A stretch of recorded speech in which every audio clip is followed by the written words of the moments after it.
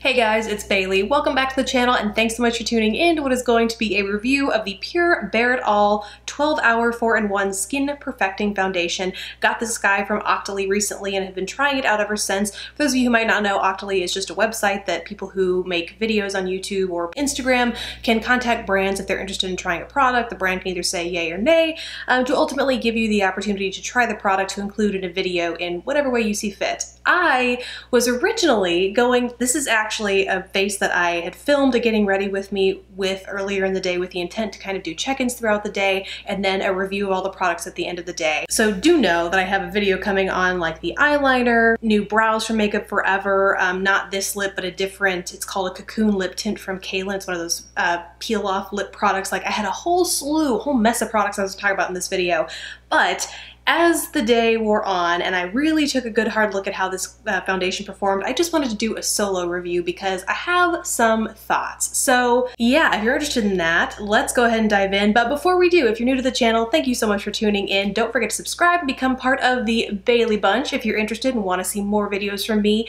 Now let's go ahead and get started. There are 10 shades in this foundation. I got the shade Golden Medium.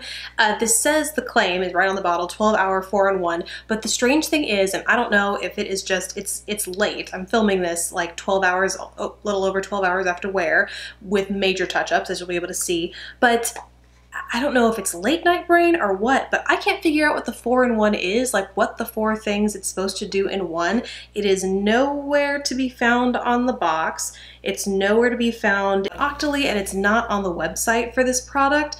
So it's a combination of like a full coverage non-budging foundation that is supposed to last budge free for 12 hours with these like high-powered skincare ingredients, but there aren't any.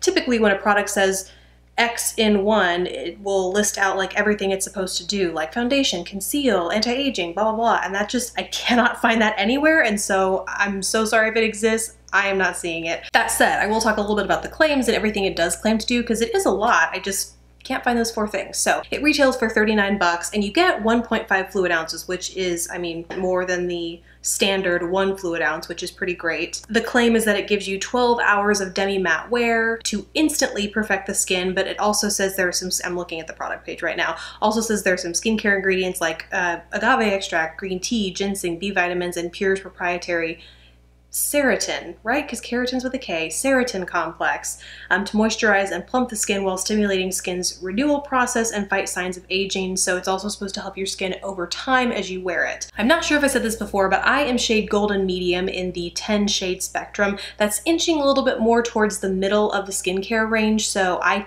typically am on the lighter end of things. So I will say there are a couple shades missing in this collection. It's a somewhat limited range. So now let's get into application and wear. The texture of this guy is pretty thick. I took a decent sized dollop on the back of my hand when I go and blend it in, and I noticed that I consistently have to put a little bit more on the back, but I also have to work really quickly because the texture is so thick that as I begin buffing and blending, I prefer to use a brush, and they recommend actually using something similar to like an Artiste brush, but they have their own set of brushes like that. They recommend using a very dense buffing brush, like one of those, to buff and blend the makeup in, and I just noticed that I don't get a whole lot of time to work with it before it starts getting a little bit patchy and it just starts setting as I go in and blend it.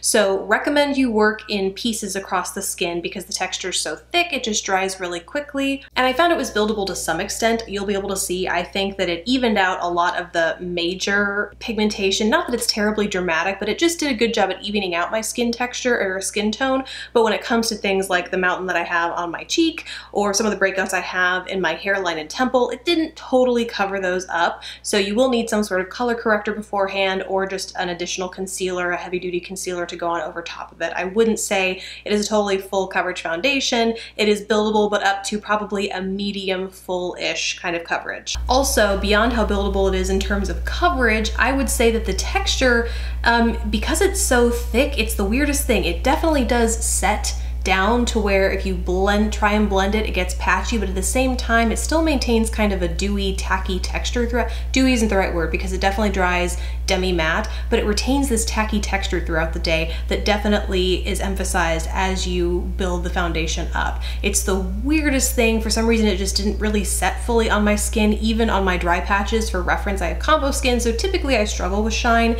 in my T-zone, but not really along the cheeks like I kind of experienced with this foundation. So once it was applied, all was good and well. I went in with my concealer in my under eye, kind of spot concealed around my face, and then went in and set it with the NYX HD finishing powder, not just for reference. I mean, I don't think it particularly affected the wear of the foundation, but just for reference. And then over top, I went in to use powder, contour, and highlighter, bronzer and highlight. This is the IT Cosmetics Live, Love, Laugh Vitality Face Disc. So powder products over top, and then over top as a highlight, I'm trying the new Milk Makeup. This is the Mars holographic highlighter, and I noticed that it doesn't entirely play well with cream products. The second I put that over top, and it had been a while because I was talking as I was doing my makeup and stuff, it had been a while the foundation had a chance to set, and yet I still found that applying what is kind of a balmier stick product over top definitely displaced that, made it a little bit patchy. So word to the wise, definitely go in and pat over top as opposed to applying directly, you know, kind of swiping downward and then, you know, buffing and blending with a finger. Patting over top is best, otherwise it just doesn't play really well with like liquid cream textures over top. Then again, I don't know that it's particularly fond of powders either, because as I was checking in on my makeup throughout the day, it's one of those foundations that kind of just like sucks your powder products in to where you lose the pigment in your face. I don't know what it is about products that do that, but some foundations I just find on my skin, I'll apply powder and it will just like disappear and blend into, not get muddy at all, just like suck into the foundation. That's exactly what this one did. It is a blush eater, and so unfortunately I'm not sure if it's this particular formula or powders in general, but I didn't find it played nice with powders either, really. So then we get to the face at the end of the day, and at first I was sitting here in my chair and looking at my viewfinder, and it's connected to my computer here in front of me, and I was like, that is not so bad. Like, yes, I have some moderate shine in my T-zone, but for the most part it's totally intact, and like we are looking good for the 12-hour mark. But then I go in and I'm looking like up close in a mirror, and all up around my nose, in my under eye area, around my mouth, it's just, I mean, I had like virtually no product to speak of around my nose. Granted, it is really allergy season here, so all day I've been sniffling, blowing my nose, scratching my eye, you know, like trying to do my best to just like keep the allergies at bay, but as a result, I've been touching majorly in this region. So I don't blame it for wearing away there, but I also have some products that have stood the test of time when it comes to allergies, and even this liner, like I've kind of been itching, you know, like my inner corners just drive me nuts when I have dry allergy eyes, and yet this waterproof liner held up pretty well. So that was kind of something when I'm looking at like the level of breakdown that I had down the center of my face from this foundation versus, you know, what I had elsewhere. I was a little disappointed with that, especially for a foundation that says it's going to stay strong through the 12-hour mark. So that was really wear for the day. Granted, it was humid out, it rained all day. I took Dallas for a couple walks. I didn't personally go out in the rain, but you know, there was like a lot of ambient humidity in the air. It wasn't exactly the easiest of tests, but at the same time, this stuff makes it sound like it is going to be bulletproof when you apply it for 12 hours. So I guess I kind of expected it to be able to withstand some sort of wear and tear. So I don't know. Overall, like I said, I have other foundations that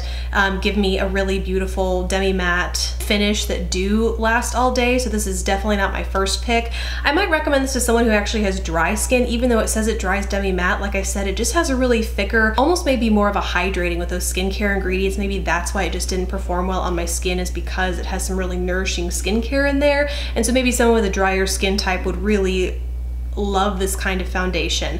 I don't know that I recommend it to anyone with an oily skin type, because like I said, it broke down even on the drier parts of my combo skin. So yeah, I would really stick to normal, dry, maybe very dry skin types might be interested in this. Definitely go check out other reviews out there. I'm sure there are some people that have those skin types that can give you a little bit of extra insight to how it performs for them, but this was just my experience. So yeah, I really hope that helped for you guys. Don't forget, I will have reviews coming on most of the stuff that I'm wearing on my face later on down the line. I just knew, it felt like this was going to be a much longer video, so I wanted to go ahead and just dedicate it to that product. But yeah, like I said, hope it helped. Thanks again so much for watching. Please don't forget to subscribe if you haven't already, and I will catch you in the next video. Bye guys.